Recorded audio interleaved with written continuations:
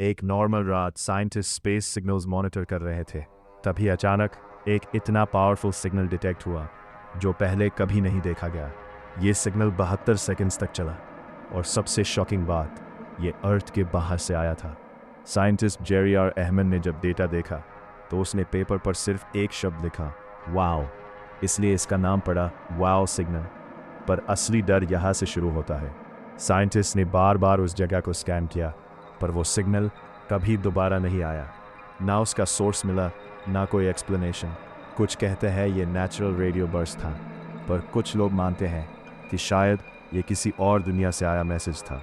और सबसे बड़ा सवाल, अगर वो मैसेज था तो किसने भेजा और क्यों सिर्फ एक ही बार? इतिहास में कुछ ऐसे लोग और केसेस हैं जो कभी समझे नहीं जा सके, जैसे एक्सप्लोरर जॉर्ज मैलरी जो 1924 में माउंट एवरेस्ट पर चढ़ाई के दौरान गायब हो गया। ना निशान, ना लोगों का ट्रेस, सिर्फ स्पेकुलेशन।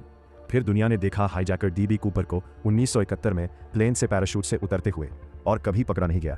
मॉडर्न जमाने में 2014 मलेशिया एयरलाइंस फ्लाइट MH370 213 लोगों के साथ बीजिंग जा रहा था और रेडार से पूरी तरह गायब। ना डिस्ट्रेस कॉन, ना रेकेज, सिर्फ कुछ डेब्रीज मिले। और वही साल बुल्गारिया में 28 साल के लार्स मिटैंक एयरपोर्ट से भाग गया। सीसीटीवी में दिखाई दिया और फिर बस गायब, कोई क्लू नहीं। और दुनिया भर में हजारों लोग कभी पब्लिक से कभी घर से गायब हो गए, बिना निशान, बिना एक्सप्लेनेशन। क्या ये सिर्फ क्राइम था या कुछ पैरानॉर्मल? सच अब तक हमसे छुपा है।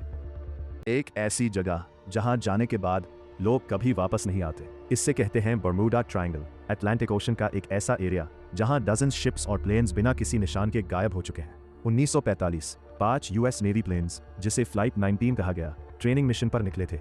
सब कुछ नॉर्मल था। फिर अचानक पायलट की आवाज आई, कंपास काम नहीं कर रहा, हम रास्ता भटक गए हैं, समुंदर अजीब लग रहा है। उसके बाद रेडियो साइलेंस, ना प्लेन्स मिले, ना पायलट्स, जैसे वो हवा में ही गायब हो गए। सिर्फ यही नहीं, कई शिप्स यहाँ परफेक्टली ठीक हालात में मिली, इंजन बंद, सामान अपनी जगह, लेकिन क्रू, एक भी इंसान नहीं।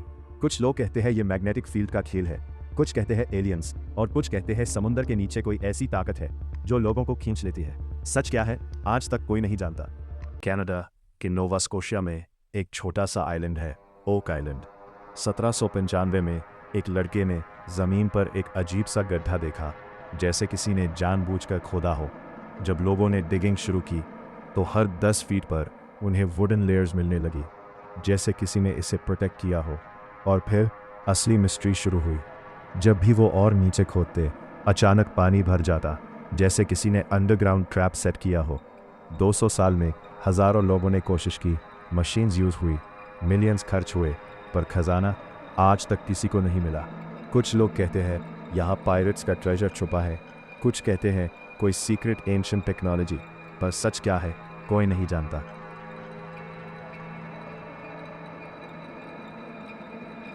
इस गांव में रात होते ही लोग गायब हो जाते थे।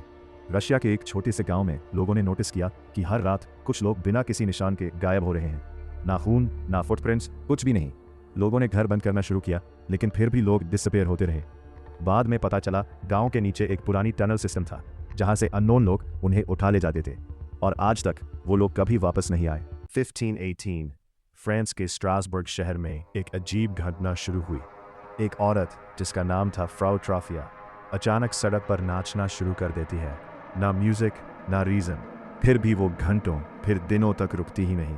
लोग इसे देखते रहे, पर कुछ ही दिन में दूसरे लोग भी वैसे ही नाचने लगे। 10, 50, फिर 300 से ज्यादा लोग, सब बिना कंट्रोल के दिन रात नाचते रहे। कुछ लोग थक कर गिर गए, कुछ को हार्ट अटैक आया और कुछ मर गए। सबसे शॉकिंग बात, अथॉरिटीज़ ने सोचा कि इन्हें और नाचने दो, इसीलिए उन्होंने स्टेज और म्यूजिशियंस तक बुला लिए। पर इससे सिचुएशन और ख़राब हो गई।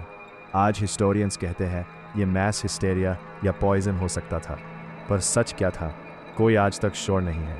सोचो, अगर तुम्हारा बॉडी अचानक तुम्हारी बात मानना बंद कर दे और तुम रुक ही ना पाओ। 1950 न्यूयॉर्क की एक बिजी स्ट्रीट, लोग अपनी लाइफ में बिजी थे, तभी अचानक एक आदमी रोड के बीच अपीयर होता है।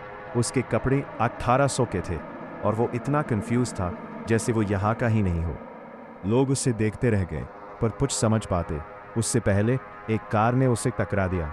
जब पुलिस ने उसकी बॉडी चेक की तो उन्हें मिले पुराने कॉइन्स, एक ओल्ड विजिटिंग कार्ड और एक एड्रेस जो अब एग्जिस्ट ही नहीं करता था।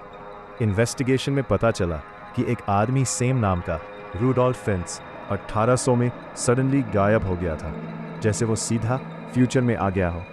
पर सबसे बड़ा सवाल, अगर वो पास्ट से आया था तो वापस क्यों नहीं गया?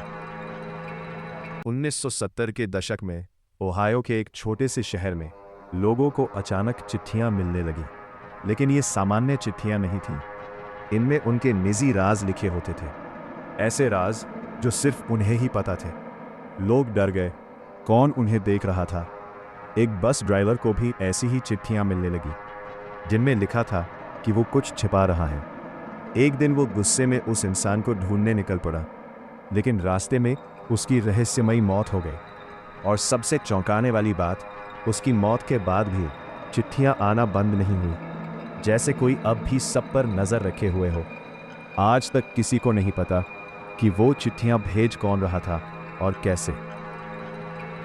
1970 अपोलो 13 चंद्रमा की ओर जा रहा था। सब कुछ सामान्य था। तभी अचानक धमाका। स्पेसक्राफ्ट के अंदर विस्फोट हो गया। लाइट्स झिलमिलाने लगी, ऑक्सीजन लीक होने लगी और अंतर्राष्ट्रीय यात्रियों को समझ आ गया, अब ये मिशन नहीं बल्कि जिंदगी और मौत की लड़ाई है।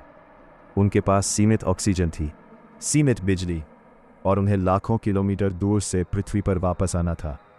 ठंड, अंधेरा और हर पल खतरा। धरती पर बैठे वैज्ञानिकों ने नामुमकिन को मुमकिन बनाने की कोशिश शुरू कर दी। एक छोटी सी गलती उनकी जान ले सकती थी। अंतरिक्ष यात्रियों को अपना रास्ता बदलना पड़ा और एक बेहद जोखिम भरी योजना पर चलना पड़ा। पूरी दुनिया बस यही देख रही थी, क्या वो वापस आ पाएंगे? और फिर कई दिनों बाद एक छोटा सा कैप्सूल पृथ्वी के वातावरण में दाखिल होता है और सुरक्षित उतर जाता है। अपोलो 13 एक असफल मिशन नहीं बल्कि इतिहास की सबसे बड़ी जीवित बचने की कहानी बन गया। 1954 जापान के टोक्यो एयरपोर्ट पर एक आदमी उतरता है। सब कुछ सामान्य लग रहा था जब तक उसने अपना पासपोर्ट नहीं दिखाया। उस पासपोर्ट पर लिखा था टॉरेट।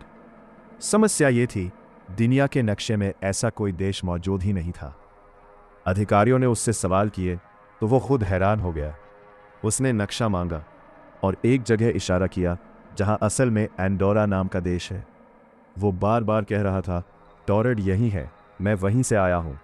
उसके सारे दस्तावेज असली लग रहे थे, यहां तक कि पासपोर्ट पर कई देशों के स्टैंप भी थे। अधिकारियों ने उसे एक कमरे में रख दिया, सख्त निगरानी में। लेकिन अगली सुबह वो आदमी गायब हो चुका था। कमरा बंद था, खिड़कियां भी सील थीं और उसके बाद वो कभी नहीं मिला। आखिर वो कौन था और किस दुनिया से आया था?